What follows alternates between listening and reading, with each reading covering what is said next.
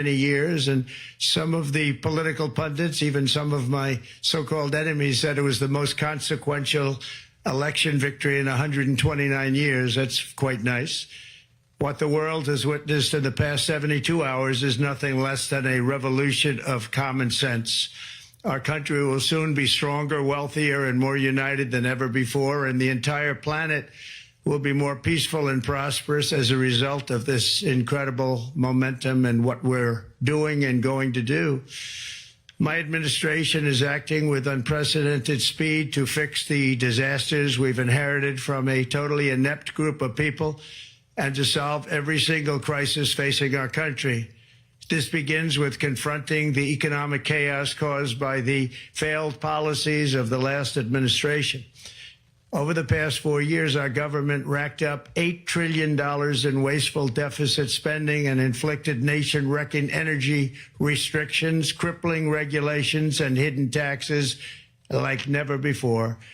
The result is the worst inflation crisis in modern history and sky-high interest rates for our citizens and even throughout the world. Food prices and the price of almost every other thing known to mankind went through the roof.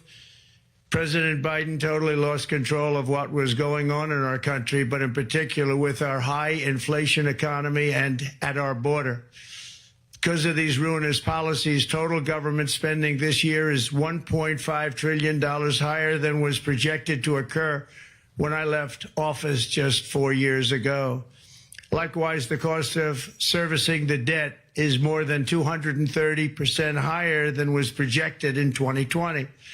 The inflation rate we are inheriting remains 50% higher than the historic target. It was the highest inflation probably in the history of our country. That's why from the moment I took office, I've taken rapid action to reverse each and every one of these radical left policies that created this calamity, in particular with immigration, crime, and inflation.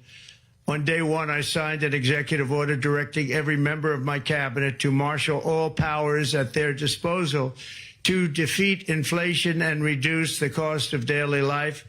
I imposed a federal hiring freeze, a federal regulation freeze, a foreign aid freeze, and I created the new Department of Government Efficiency. I terminated the ridiculous and incredibly wasteful Green New Deal. I call it the Green New Scam. Withdrew from the one-sided Paris Climate Accord and ended the insane and costly electric vehicle mandate. We're going to let people buy the car they want to buy. I declared a national energy emergency, and it's so important, national energy emergency to unlock the liquid gold under our feet and pave the way for rapid approvals of new energy infrastructure. The United States has the largest amount of oil and gas of any country on earth, and we're going to use it. Not only will this reduce the cost of virtually all goods and services, it'll make the United States a manufacturing superpower and the world capital of artificial intelligence and crypto. My administration has also begun the largest deregulation campaign in history, far exceeding even the record-setting efforts of my last term. In total, the Biden administration imposed $50,000 in additional regulatory costs on the average American household over the last 4 years. I have promised to eliminate 10 old regulations for every new regulation, which will soon put many thousands of dollars back in the pockets of American families. To further unleash our economy, our majorities in the House and Senate, which we also took along with the presidency, are going to pass the largest tax cut in American history, including massive tax cuts for workers and family, and big tax cuts for domestic producers and manufacturers. And we're working with the Democrats on getting an extension of the original Trump tax cuts, as you probably know, by just reading any paper. My message to every business in the world is very simple. Come make your product in America, and we will give you among the lowest taxes of any nation on earth. We're bringing them down very substantially, even from the original Trump tax cuts. But if you don't make your product in America, which is your prerogative, then very simply you will have to pay a tariff.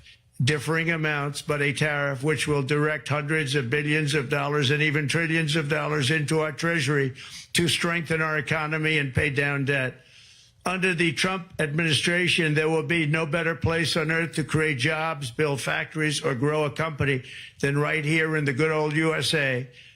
Already Americans' economic, you can see this, I think, maybe even in your wonderful, wonderful room that you're all gathered together, so many of my friends, but Americans, the economic confidence is soaring like we haven't seen in many, many decades, maybe not at all. Upon my election, it was just announced that small business optimism skyrocketed by 41 points in a single month. That's the highest ever. There's never been anything like that.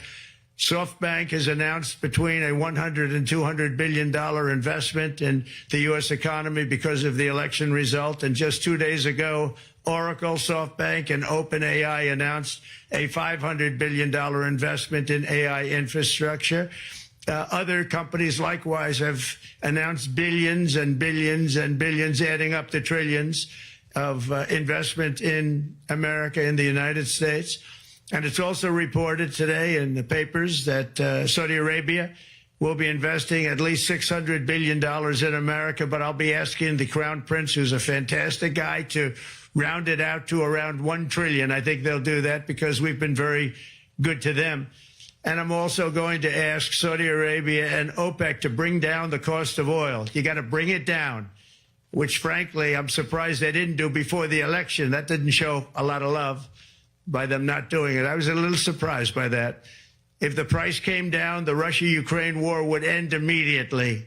Right now, the price is high enough that that war will continue. You got to bring down the oil price. You got to end that war.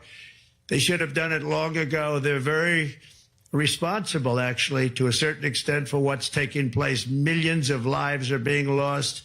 With oil prices going down, I'll demand that interest rates drop immediately, and likewise, they should be dropping all over the world. Interest rates should follow us. All over, the progress that you're seeing is happening because of our historic victory in a recent presidential election, one that has become quite well known throughout the world. I think a lot of things are happening to a lot of countries. They say that there's light shining all over the world since the election, and even countries that we aren't particularly friendly with are happy because they understand what there is a future and how great the future will be. Under our leadership, America is back and open for business. And this week, I'm also taking swift action to stop the invasion at our southern border. They allowed people to come in at levels that nobody's ever seen before. It was ridiculous. I decided and declared to do, and very, very importantly, a national emergency on our border, immediately halted all entry of illegal border crossers, of which there were many, and began promptly returning the illegal trespassers back to the place from which they came. That action, as you've probably seen, has already started very strongly. I've deployed active duty U.S. military and National Guard troops to the border to assist in repelling the invasion. It was really an invasion. We will not allow our territory to be violated. After 4 long years, the United States is strong and sovereign and a beautiful nation. Once again, it's a strong, sovereign nation. In addition, I'm pleased to report that America is also a free nation once again. On day one, I signed an executive order to stop all government censorship. No longer will our government label the speech of our own citizens as misinformation or disinformation, which are the favorite words of censors and those who wish to stop the free exchange of ideas and, frankly, progress. We have saved free speech in America, and we've saved it strongly. With another historic executive order this week, I also ended the weaponization of law enforcement against the American people and, frankly, against politicians, and restored the fair, equal, and impartial rule of law. My administration has taken action to abolish all discriminatory diversity, equity, and inclusion nonsense. And these are policies that were absolute nonsense throughout the government and the private sector. With the recent yet somewhat unexpected great Supreme Court decision just made, America will once again become a merit-based country. You have to hear that word, merit-based country. And I've made it official, an official policy of the United States, that there are only two genders, male and female. And we will have no men participating in women's sports, and transgender operations, which became the rage, will occur very rarely. Finally, as we restore common sense in America, we're moving quickly to bring back strength and peace and stability abroad. I'm also going to ask all NATO nations to increase defense spending to 5% of GDP, which is what it should have been years ago. It was only at 2%, and most nations didn't pay until I came along. I insisted that they pay, and they did, because the United States was really paying the difference at that time, and it was unfair to the United States. But many, many things have been unfair for many years to the United States. Before even taking office, my team negotiated a ceasefire agreement in the Middle East, which wouldn't have happened without us, as I think most of the people in the room know. Earlier this week, the hostages began to return to their families. They are returning, and it's a beautiful sight, and they'll be coming in more and more. They started coming back on Sunday. Our efforts to secure a peace settlement between Russia and Ukraine are now hopefully underway. It's so important to get that done. That is an absolute killing field. Millions of soldiers are being killed. Nobody's seen anything like it since World War II.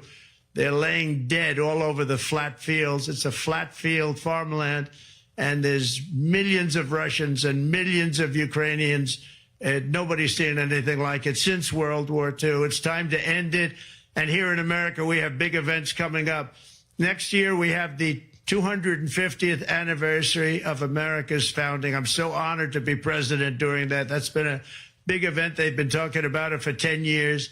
We also have the World Cup, and I understand Gianni's in the room. Infantino, he was very instrumental in helping us get it. He's there with you someplace, I think, and I want to thank him for that. And then we have the Olympics coming up, which I was instrumental in getting also in my first term. And who would have known that by skipping a term, I would get the Olympics? I was upset. I said, you know, I got the Olympics to come and I won't be president. But it turned out through a stroke of luck, or whatever you might call it, that I'm going to be president during the World Cup and the Olympics and the 250th anniversary. So that's going to be three big events. And we've accomplished more in less than 4 days. We have really been working 4 days than other administrations have accomplished in 4 years. And we're just getting started. It's really an amazing thing to see. And the spirit and the light over our country has been incredible. Under the last administration, our nation has suffered greatly, but we're going to bring it back and make it greater, bigger, stronger, better than ever before. I want to thank everybody for being with you. I would have been there myself, except the inauguration was 2 days ago. I thought it might be a little bit quick to make it the first stop, but we'll get there one day. We hope to get there. But I do appreciate, I heard the audience is fantastic, and many of my friends are in the audience, and I will be taking questions now from some very distinguished people. Thank you all very much.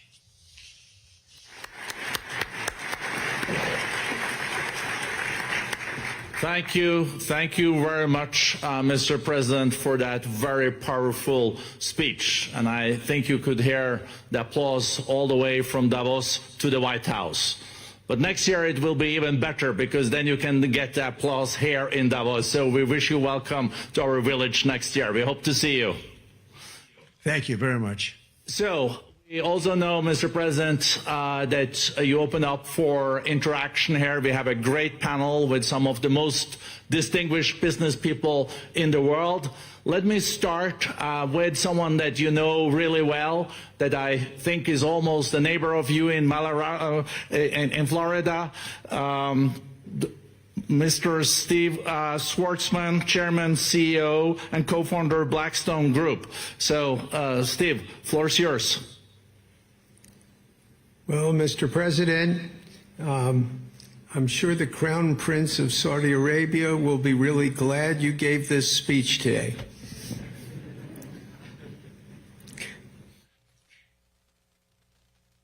You've had the busiest 4 days that anybody can imagine, and congratulations for that.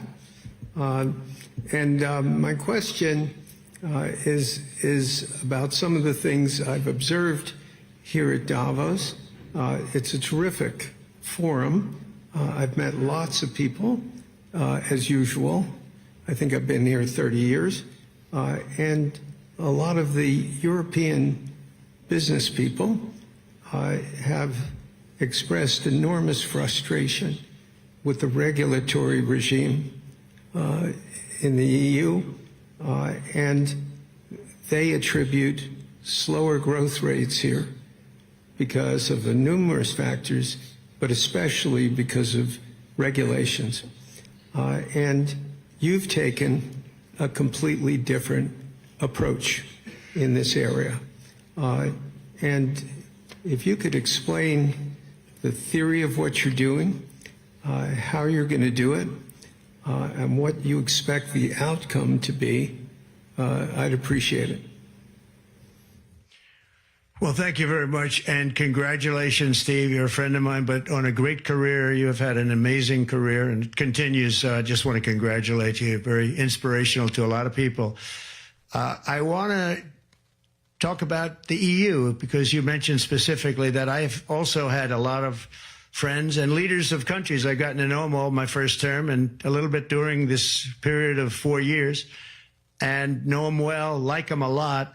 But they're very frustrated because of the time everything seems to take to get approved, environmental impact statements for things that you shouldn't even have to do that, and many, many other ways that it takes. And I'm going to give you a quick little example. In the private life, my beautiful private life, before I had all these things happening, the world is a little different. I had a nice, simple life. You knew that. But when I had that simple life, I did projects, and I had a big project in Ireland, and it had to get approval on something that would have made it even better. And I got the approval from Ireland in a period of a week. And it was a very, very, very efficient, good approval. And they informed me, though, the problem is you're going to have to get it from the EU, and we think that'll take 5 to 6 years. And I said, you have to be kidding. And this was before politics. And I said, wait a minute, it's not that important. I don't want to go 5 or 6 years, but it would have been a big investment. It would have been nice, and it would have been good for the project. And I sent the people to the EU to see if they could speed it up. And basically it was a 5 or 6 year wait just to get a simple approval that Ireland gave me in a period of literally not much more than a week. And I realized right then, that was the first time I really was involved with the EU, but I realized right then that's a problem, and I didn't even bother applying to do it. Or if I did, I pulled it very quickly. I have to be very accurate because I don't want to be criticized. He did apply, actually. No, I want to be very accurate. So I don't think I did, but if I did, I pulled it very quickly. It was just something you couldn't wait 5 years or 6 years to get an approval. So a lot of in a very big business sense, a lot of people are claiming that's the problem. From the standpoint of America, the EU treats us very, very unfairly, very badly. They have a large tax that we know about, and a VAT tax, and it's a very substantial one. They don't take essentially don't take our farm products, and they don't take our cars, yet they send cars to us by the millions. They put tariffs on things that we want to do. Like, for instance, I think they actually, in terms of these are non-economic or non-monetary tariffs, and those are very bad, and they make it very difficult to bring products into Europe, and yet they expect to be selling, and they do sell their products in the United States. So we have, hundreds of billions of dollars of deficits with the EU. And nobody's happy with it, and we're going to do something about it, but nobody's happy with it. So I think the EU has to speed up their process. Friends of mine that are in some of the nations within the EU, great people, they want to be able to compete better, and you can't compete when you can't go through the approval process fast. There's no reason why it can't go faster. So, I'm trying to be constructive because I love Europe. I love the countries of Europe, but the process is a very cumbersome one. and they do treat the United States of America very, very unfairly with the VAT taxes and all of the other taxes they impose. One other, just to finish up, I got a call from the head of a major airline, one of the biggest airlines in the world, and he said, "Sir, could you help us? What? Landing in Europe is brutal. They charge us fees for everything, and it's so unfair." I said, "How does it compare to China?" He said, it's much worse. And the other thing, as you know, they took court cases with Apple, and they supposedly won a case that most people didn't think was much of a case. They won 15 or 16 billion from Apple. They won billions from Google. I think they're after Facebook for billions and billions. These are American companies, whether you like them or not. They're American companies, and they shouldn't be doing that. And that's, as far as I'm concerned, it's a form of taxation. So we have some very big complaints with the EU. Thank you. Thank you very much, Mr. President. We'll now go to one of your friends in the EU, Patrick Pouyanné. He's the chairman and CEO of Total Energies. I guess you have a question ready, Patrick, for the President. Mr. President, as we understand, energy is at the top of your agenda, and it's an honor for me to represent the energy industry tonight. In this panel, Total Energies is indeed the fourth largest oil and gas and electricity company in the world. I will not ask you a question about the oil price. It's quite clear what you expect from us. I will go to gas more.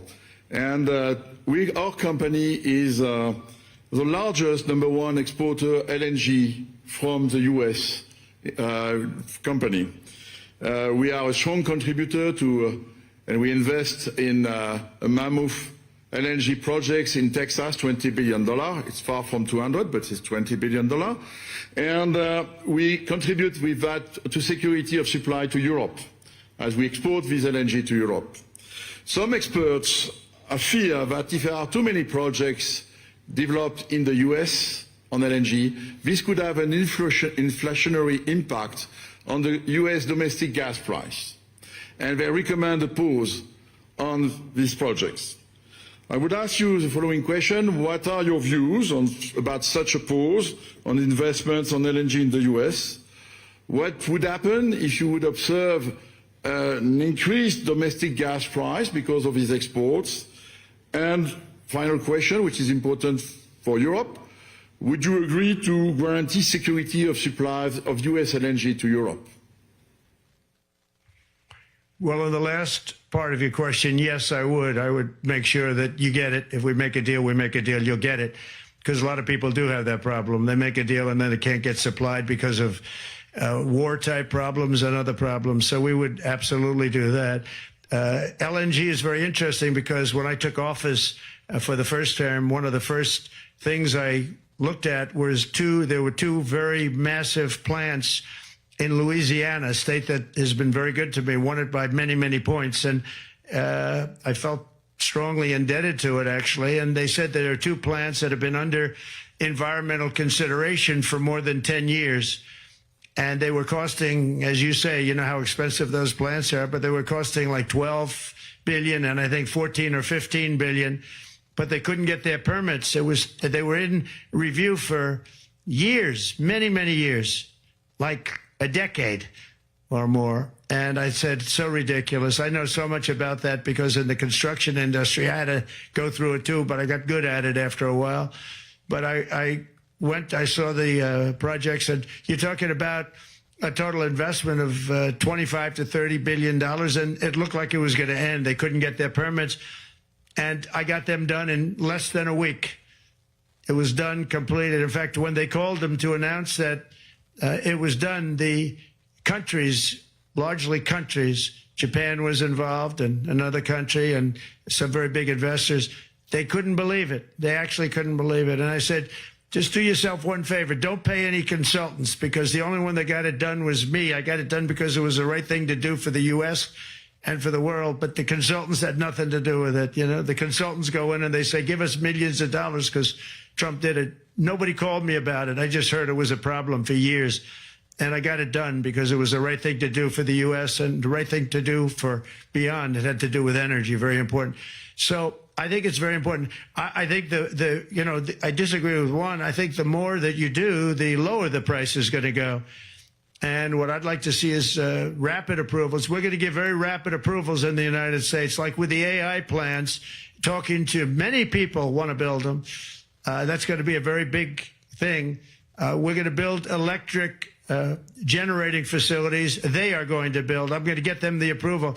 Under emergency declaration, I can get the approvals done myself without having to go through years of waiting. And the big problem is we need double the energy we currently have in the United States. Can you imagine? For AI to really be as big as we want to have it, because it's a very competitive, it'll be very competitive with China and others. So I'm going to give emergency declarations so that they can start building them almost immediately. And I think it was largely my idea because nobody thought this was possible. It wasn't that they were not smart, because they're the smartest. But I told them that what I want you to do is build your electric generating plant right next to your plant as a separate building, connected. And they said, wow, you're kidding. And I said, no, I'm not kidding. You don't have to hook into the grid, which is old and, could be taken out. If it's taken out, they wouldn't have any way to get any electricity.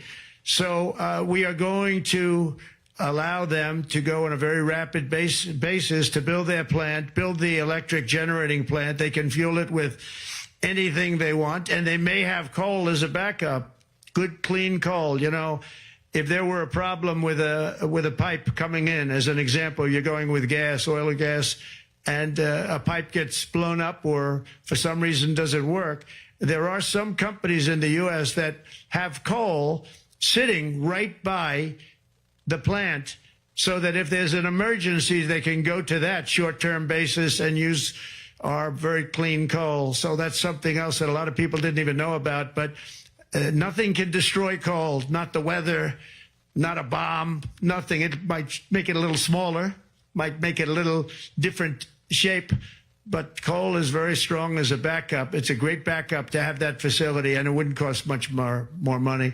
And we have more coal than anybody. We also have more oil and gas than anybody. So we're going to make it so that the plants will have their own electric generating facilities attached right to their plant. They don't have to worry about a utility. They don't have to worry about anything. And we're going to get very rapid approvals.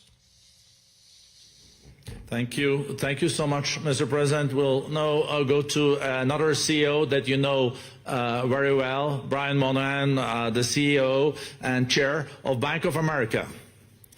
Good afternoon, Mr. President, and congratulations, and obviously an eventful week for you and your family.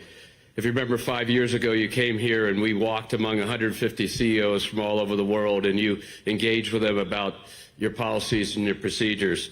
This year, you're not here, and yet this week was eventful from the orders that you mentioned earlier, literally a wave of orders coming out on immigration, on trade, and many other matters. And so, as a representative of the United States here, we got a lot of questions about what does all this mean and how would the president square this with his clear focus on growth, prosperity, market growth, stock market growth, a good bond market, and bringing down prices. So how do you think about the impact of all these orders and how fast they come out, and how you're going to balance them with that scorecard of being successful in both continuing GDP growth, bringing down inflation, and also having a good stock price appreciation for the American citizen? Well, I think it's going to actually bring down inflation. It's going to bring up jobs. We're going to have a lot of jobs. We're going to have a lot of companies moving in. Brian, we're at 21%. It was at 40%, and I got it down to 21%, the corporate tax. And it was actually, if you look at state and city, it was in many cases much higher than 40%. I got it down to 21%. And now we're going to bring it down from 21 to 15% if, there's a big if you make your product in the U.S. So we're going to have the lowest, just about the lowest rate. It'll be, the 21 is on the low side worldwide. The 15 is about as low as it gets. And by far the lowest of a large country, a large, rich, powerful country, by far, not even a contest. So we're going to bring it down to 15% if you make your product in the USA. So that's going to create a tremendous buzz. We're also probably going back to the 1-year deduction where we deduct, we did that originally, and that was amazing what the impact that had. The 1 year deduction, which built up over a period of time, and then it expires.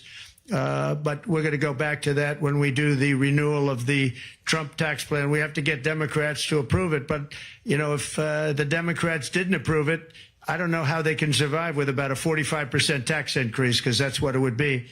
And so I think they're going to do. We've been working along with them pretty well. I think it's very hard for a political group to say, let's charge people 45% more.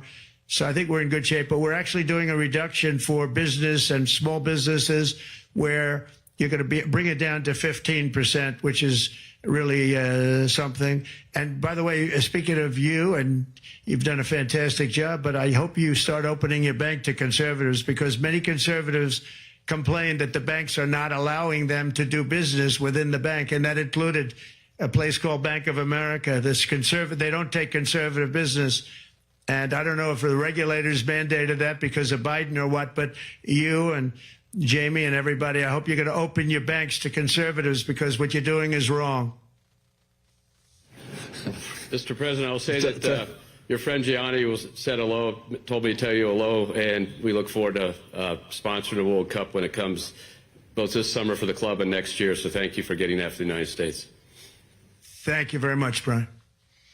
Thank you, Mr. President. We'll now go to Anna Butin. She's the executive chairman of Banco Santander, one of the big European banks, and also in the U.S. So, Anna. Mr. President, congratulations on a historic victory. I believe you don't know me as well as my fellow panelists, so a few words. Santander is one of the largest banks in the world by number of customers, 170 million. That's more than my friend Brian or my friend Jamie have. And those... They fix the regulation. That's coming, that's coming. That was cheeky. We're a big investor in the United States. We have many million customers, 12,000 employees. We're one of the largest auto lenders. And we recently launched a fully digital bank called Open Bank. We strongly believe banks have a pivotal role in the economy, and we can accelerate growth and help many more customers. That's what we're doing in the United States. So, as Brian pointed out, we very much welcome your focus on deregulation and reducing bureaucracy. So my question is, what are your priorities in this regard, and how fast is this going to happen? Thank you very much. I think it's going to, thank you and congratulations. I know very much about your bank, and you've done a fantastic job. Congratulations. We are going to move very quickly. We've moved very quickly. We've done things in the last 3 days that nobody thought were possible to do in years. And it's all taking effect. It's going to have a huge impact on the economy, a huge positive impact. Money was being wasted on crazy things. I mean, the Green New Deal was such a total disgrace, how that was perpetrated. And it was conceived of by people that were average students, less than average students, I might add, and never even took a course in energy or the environment. It was just a game. Remember, the world was going to end in 12 years? Remember that? Well, the 12 years has come and gone. It was going to end. It was going to all foam into earth. But, the time has come. These people, and they really scared the Democrats large. I can't say the Republicans. The Republicans maybe could have fought harder to stop it, but it's been a tremendous waste of money. During my 4 years, we had the cleanest air, we had the cleanest water, and yet we had the most productive economy in the history of our country. We had the most productive economy until COVID came. We had the most productive in the history of our country by far, and actually, you could look worldwide. We were beating everybody from China to everybody else. So, and we think we really now, with what we have learned and all of the other things that have taken place, we think we can even far surpass that, actually far surpass it. But one thing we're going to be demanding is we're going to be demanding respect from other nations.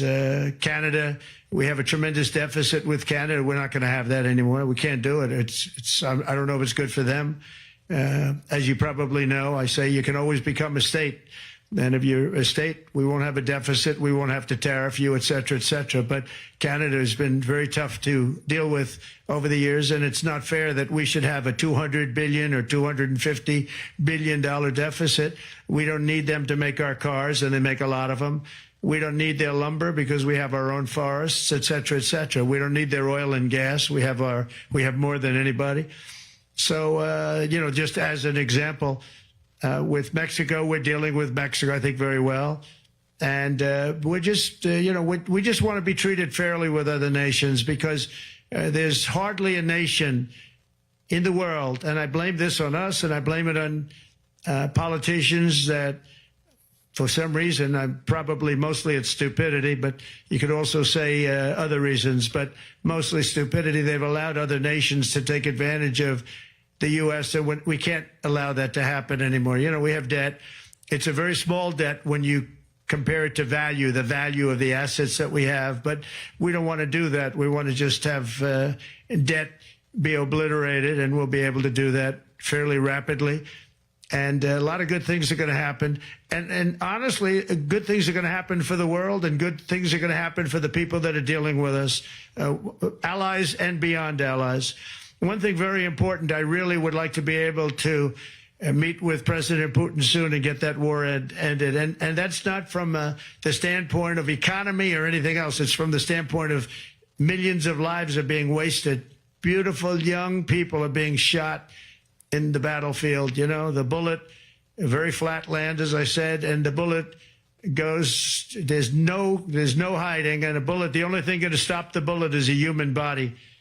And you have to see, I've seen pictures of what's taken place. It's a carnage, and we really have to stop that war. That war is horrible. And I'm not talking economy. I'm not talking economics. I'm not talking about natural resource. I'm just talking about there's so many young people being killed in this war. And that's not including the people that have been killed as the cities are being, knocked down building by building. So we really should get that stopped. Likewise, in the Middle East, I think we've made a lot of progress in the Middle East, and I think that's gonna come along pretty well. Thank you. Thank you, Mr. President. We know that the most consequential relationship in the world is between the U.S. and China. U.S. 28% of the global economy, China close to 20%. That's almost half of the global GDP. And we know that you called President Xi Jinping last Friday. We heard that you had a good discussion. How do you see the relationship between the U.S. and China in the next 4 years under your leadership? He called me, but I see it very good. I think that we're going to have a very good relationship. All we want is fairness. We just want a level playing field. We don't want to take advantage. We've been having massive deficits with China. Biden allowed it to get out of hand. He's $1.1 trillion deficit. It's ridiculous. And it's just an unfair relationship.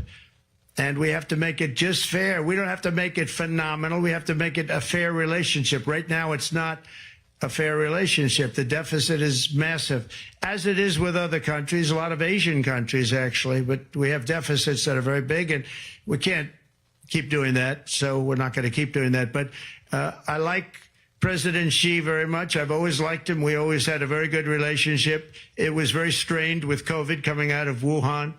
Obviously, that strained it. I'm sure it strained it with a lot of people, but that strained our relationship.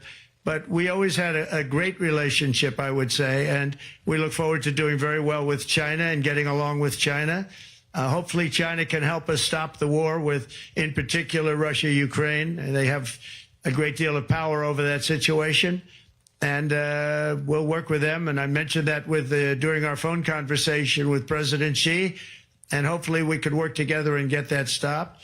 We'd like to see denuclearization. In fact, with President Putin, prior to an election result, which was frankly ridiculous, we were talking about denuclearization of our two countries, and China would have come along. China has a much smaller, right now, nuclear armament than us, or field than us, but they're going to be catching it at some point over the next 4 or 5 years. And I will tell you that President Putin really liked the idea of cutting way back on nuclear. And I think the rest of the world, we would have gotten them to follow.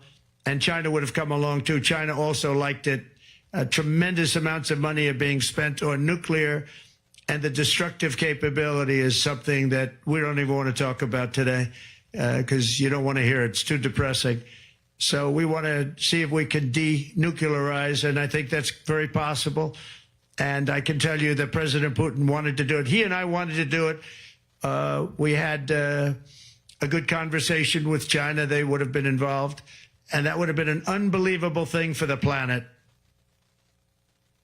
Mr. President, when you're back here in Davos next year, will there be then a peace agreement with Ukraine and Russia by then?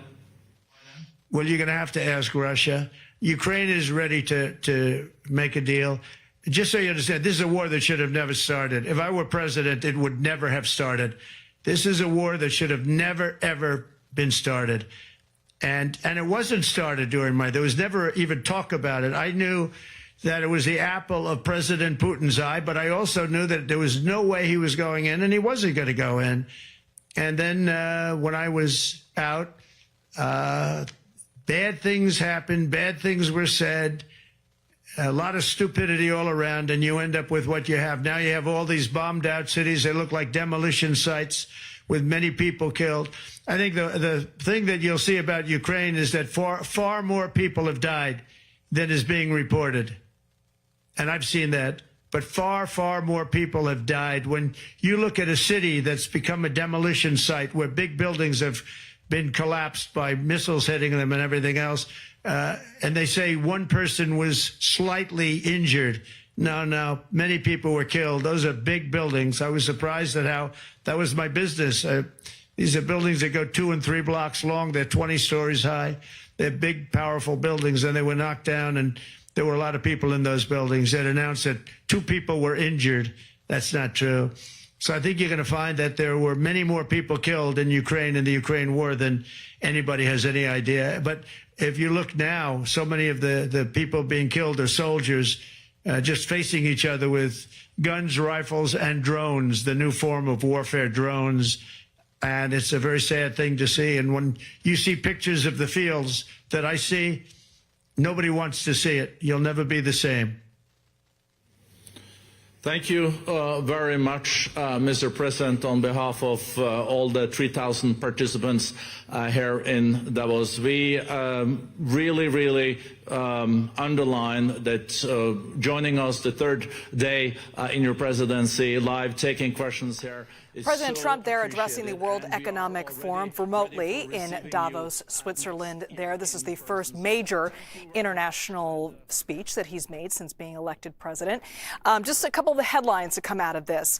He talked a lot about reversing inflation and boosting fossil fuel production here in the United States. And for the majority of the first part of his address, he talked about some of the things that he's accomplished, his words in the last few days or so, calling it the revolution of common sense. He was addressing a high inflation economy. A couple of the other headlines, though, it's important to note that his message to other countries was, come make your product in the U.S. and they're going to get a tax break. If they don't make their product in the U.S., they will have to pay in the form of tariffs. He also mentioned in his address that Saudi Arabia and OPEC should bring down the cost of oil. And if they do that, he says that will end the war in Ukraine, between Ukraine and Russia. We're going to have much more on the president's address to the World Economic Forum when we come back. You're watching CBS News 24/7.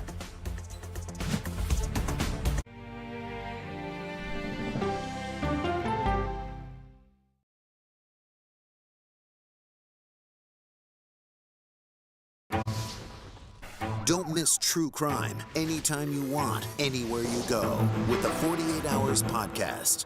Real crimes. Like a John Grisham novel come to life. Real lives. He pointed a gun to me and said, "This is the day you die." and he shot me. Real justice. There's some questions that have to be asked and need to be answered. I'm an innocent man, and I hope the whole world can see it now. Catch the latest episodes. Listen to 48 Hours on Apple Podcasts.